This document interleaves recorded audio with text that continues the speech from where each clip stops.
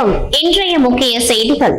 முன்னாள் பாரத பிரதமர் ராஜீவ்காந்தி பிறந்த நாளை ஒட்டி புதுச்சேரி அரசு சார்பில் அவரது சிலைக்கு முதலமைச்சர் ரங்கசாமி மாலை அணிவித்து மரியாதை செலுத்தினார். மறைந்த முன்னாள் பாரத பிரதமர் ராஜீவ்காந்தியின் பிறந்த நாள் புதுச்சேரி அரசின் செய்தி மற்றும் விளம்பரத்துறை சார்பில் கொண்டாடப்பட்டது. பிறந்த நாளை ஒட்டி தட்டாஞ்சாவடி பகுதியில் உள்ள அவரது சிலைக்கு அரசு சார்பில் முதலமைச்சர் ரங்கசாமி, அமைச்சர் லட்சுமி நாராயணன், துணை சபாநாயகர் ராஜவேலு, அரசு கொறடா ஆறுமுகம் மற்றும் சட்டமன்ற உறுப்பினர்கள் மாலை அணிவித்து மலர்கள் தூவியும் மரியாதை செலுத்தினர். தொடர்ந்து சர்வமத பிரார்த்தனையுடன் தேசபக்தி பாடல்கள் இசைக்கப்பட்டது. பின்னர் சத் பவனாதிவாஸ் உறுதிமொழியை முதலமைச்சர் ரங்கசாமி வாசிக்க அமைச்சர்கள், சட்டமன்ற உறுப்பினர்கள், தலைமை செயலர், காவல்துறை டிஜிபி உள்ளிட்ட அரசு செயலர்கள் ஏற்றுக்கொண்டார்கள்.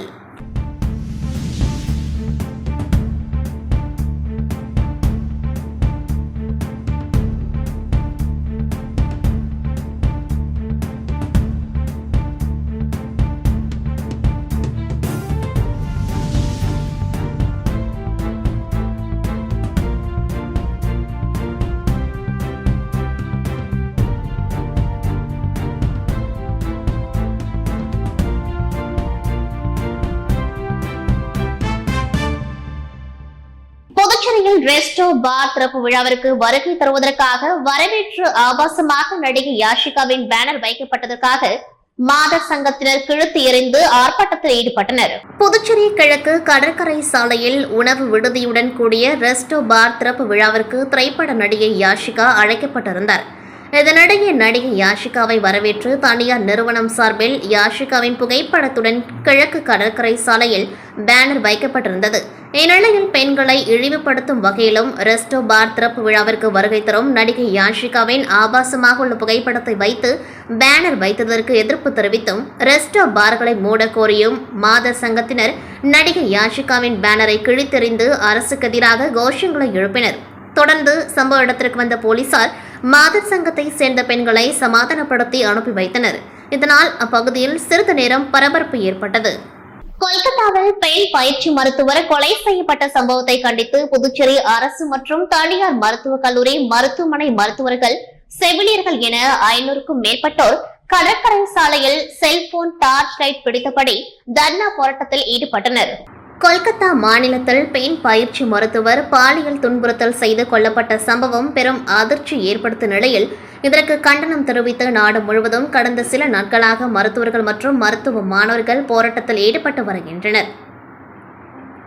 இதேபோல் புதுச்சேரியிலும் ஜிப்மர், கதிர்காமம், இந்திரா காந்தி மருத்துவமனை, அரசு பொது மருத்துவமனை உள்ளிட்ட தனியார் மருத்துவமனை மருத்துவர்கள், மருத்துவ மாணவர்களும் தொடர் போராட்டத்தில் ஈடுபட்டு வந்த நிலையில் இன்று காலை பெண் மருத்துவர் கொல்லப்பட்டதற்கு கண்டனம் தெரிவித்து புதுச்சேரி கதிர்காமம் பகுதியில் உள்ள இந்திரா காந்தி அரசு மருத்துவக் கல்லூரி மருத்துவமனையில் பணிபுரியும் மருத்துவர்கள், மருத்துவ மாணவர்கள் மற்றும் செவிலியர் மாணவர்கள் என 500க்கும் மேற்பட்டோர் மருத்துவமனை நுழைவாயிலில் அமர்ந்து தர்ணாவில் ஈடுபட்டனர்.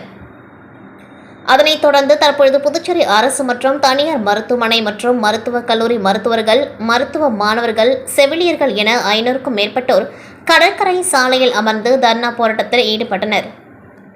இவர்கள் கையில் டார்ச் லைட்டை பிடித்தபடி படுகொலை செய்யப்பட்ட பயிற்சி மருத்துவருக்கு நீதி கிடைக்க வேண்டும், கொலை குற்றவாளிக்கு அதிகபட்ச தண்டனை வழங்க வேண்டும் உட்பட பல்வேறு கோரிக்கைகளை வலியுறுத்தி போராட்டத்தில் ஈடுபட்டனர்.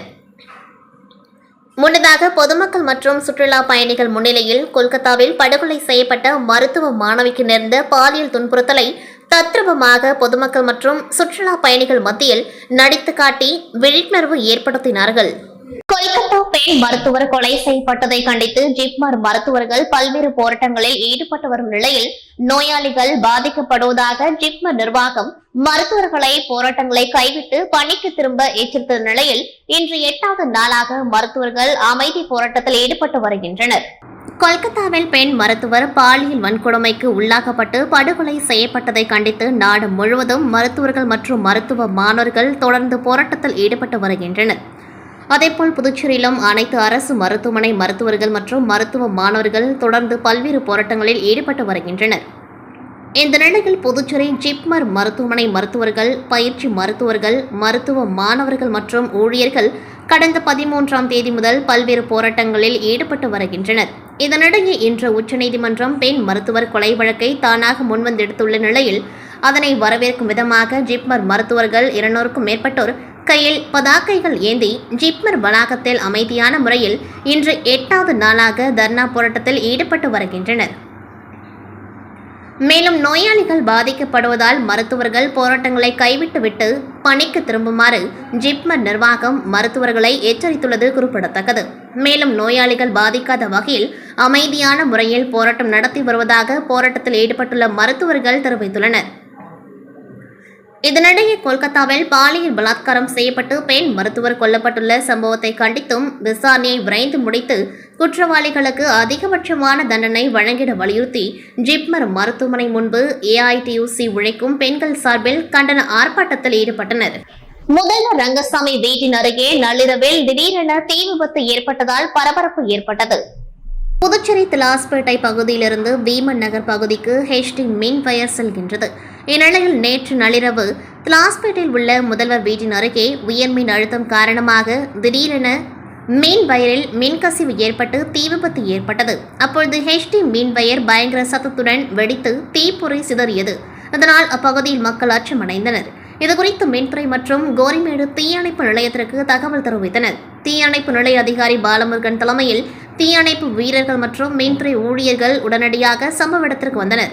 தொடர்ந்து மின்துறை ஊழியர்கள் மின் இணைப்பை துண்டித்தனர்.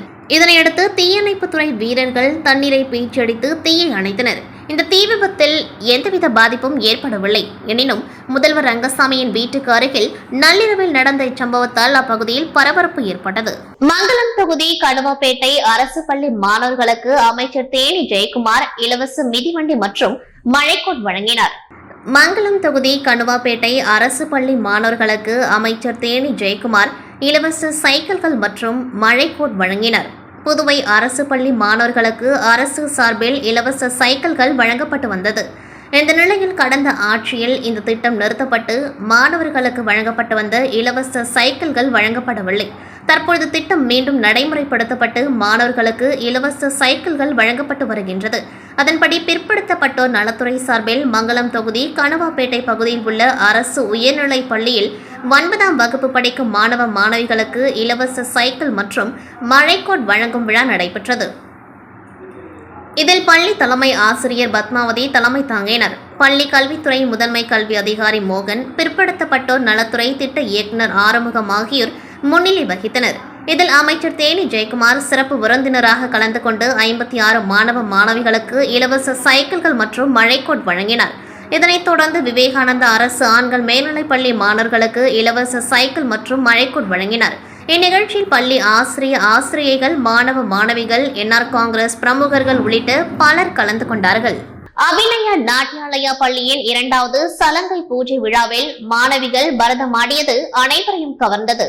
முதலியார்பேட்டை நயினார் மண்டபம் பகுதியில் அபிநயா நாட்டியாலயா பள்ளியின் 2வது சலங்கை பூஜை விழா அரியங்குப்பத்தில் அமைந்துள்ள சாமிக்கண்ணு தனமால் திருமண நிலையத்தில் நடைபெற்றது. இதில் சிறப்பு விருந்தினராக முதலியார்பேட்டை பாரதிய ஜனதா கட்சியின் தொகுதி பொறுப்பாளர், புதுச்சேரி அரசின் சிறந்த சமூக சேவகர், விருதாளர், சமூக சேவகர் சத்யராஜ் கலந்து கொண்டு குத்துவிளக்கேற்றி சலங்கை பூஜையை துவக்கி வைத்தார். அதைத் தொடர்ந்து மாணவிகள் சலங்கை பூஜை செய்து வணங்கி பரதநாட்டியம் நிகழ்ச்சி நடைபெற்றது. இதில் மாணவிகள் பரதமாடியது அனைவரையும் கவர்ந்தது. விழாவில் கலந்து கொண்ட மாணவிகளுக்கு கேடை மற்றும் பாராட்டு சான்றிதழ் சமூக சேவகர் சத்யராஜ் வழங்கினார். விழாவிற்கான ஏற்பாடுகளை அபிநய நாட்டியாலய இயக்குநர் குரு விஷ்ணுபிரியா அவர்கள் செய்திருந்தார். முத்தியால்பேட்டை மார்க்கெட் உள்ளிட்ட பல்வேறு பகுதிகளில் அதிகாரிகளுடன் சட்டமன்ற உறுப்பினர் பிரகாஷ்குமார் அதிரடி ஆய்வு செய்தார். முத்தியால்பேட்டை தொகுதி மக்கள் தங்கள் பகுதியில் உள்ள அடிப்படை பிரச்சனைகள் குறித்தும் அதனை சரி செய்ய வலியுறுத்தியும் சட்டமன்ற உறுப்பினர் பிரகாஷ்குமாரிடம் கோரிக்கை வைக்கின்றனர்.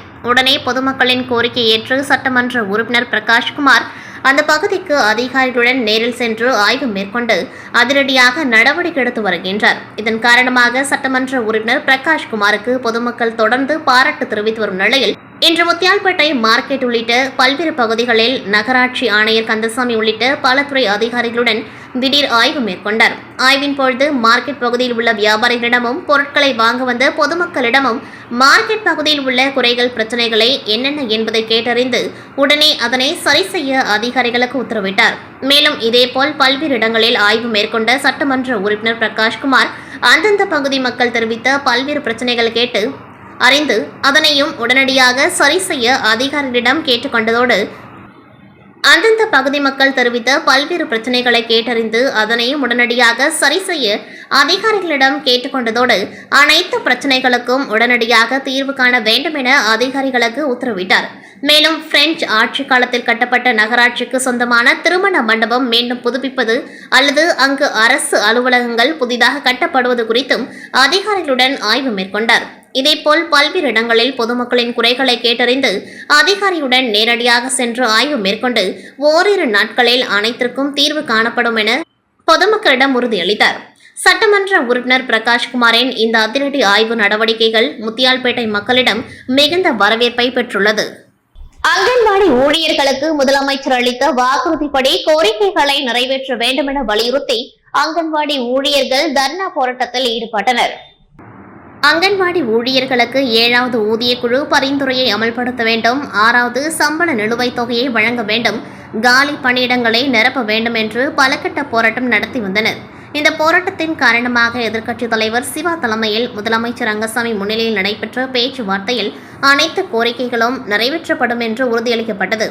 ஆனால் இதுவரை எந்த கோரிக்கையும் நிறைவேற்றப்படவில்லை. இந்த நிலையில் முதலமைச்சர் வாக்குறுதி அளித்த கோரிக்கைகள் மீது உடனடியாக நடவடிக்கை எடுக்க வேண்டும் என வலியுறுத்தி புதுச்சேரி அங்கன்வாடி ஊழியர்கள் சங்கம் சார்பில் எச்சரிக்கை கண்டன ஆர்ப்பாட்டம் சாரம் மகளிர் மற்றும் குழந்தைகள் மேம்பாட்டுத்துறை முன்பு நடைபெற்றது.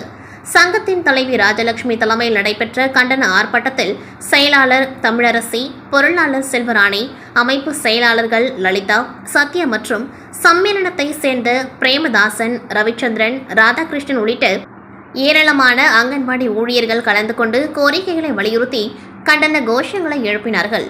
புதுச்சேரி மாநில மக்கள் முன்னேற்ற கழகத்தின் சார்பில் உள்ளாட்சி தேர்தலை உடனடியாக நடத்த கோரி பேராசிரியர் ராமதாஸ் தலைமையில் ஆர்ப்பாட்டம் நடைபெற்றது. புதுச்சேரி மாநில மக்கள் முன்னேற்ற கழகத்தின் சார்பில் புதுவை மாநிலத்தில் உள்ளாட்சி தேர்தலை விரைவில் நடத்த வலியுறுத்தி உழவர்கரை நகராட்சி அலுவலகம் முன்பு போராட்டம் நடைபெற்றது. போராட்டத்திற்கு முன்னாள் நாடாளுமன்ற உறுப்பினரும் கட்சியின் தலைவருமான பேராசிரியர் ராமதாஸ் தலைமை தாங்கி துவக்கி வைத்து சிறப்புரையாற்றினர். நிகழ்வுக்கு வந்திருந்த அனைவரையும் பொதுச் செயலாளர் பேராசிரியர் ராஜன் வரவேற்று பேசினார். சேர்மன் RL வெங்கட்ராமன் நோக்க உரையாற்றினார். இதில் உடனடியாக உள்ளாட்சி தேர்தலை நடத்த வேண்டும் உள்ளிட்ட பல்வேறு கோரிக்கைகளை வலியுறுத்தி நிர்வாகிகள் மற்றும் உறுப்பினர்கள் கோஷங்களை எழுப்பினார்கள். இதில் பொருளாளர் முனைவர் பெண்ணியம் செல்வகுமாரி விழிப்புணர்வு பாடல்களை பாடினார். முன்னாள் உள்ளாட்சி அமைப்புகளின் கூட்டமைப்பின் தலைவர் ஜெகநாதன், தமிழர் களம் தலைவர் அழகர், மார்க்சிஸ்ட் லெனினிஸ்ட் மாநில செயலாளர் பாலகிருஷ்ணன், மகளிர் அணி தலைவர் மேலா பெரியாண்டி, மீனவர் அணி தலைவர் GC சந்திரன், மாநில செயலாளர் மோகனசுந்தரம் உள்ளிட்ட பலர் கலந்து கொண்டு சிறப்புரையாற்றினார்கள். ராதாகிருஷ்ணன் நன்றி உரையாற்றினார். நிகழ்ச்சிக்கான ஏற்பாடுகளை மாநில நிர்வாகிகள் ரவிக்குமார், பரந்தாமன், சிவகுமாரன், ஆண்டாள் உள்ளிட்ட பலரும் செய்திருந்தனர். இத்துடன் செய்திகள் நிறைவடைகின்றது. நன்றி, வணக்கம்.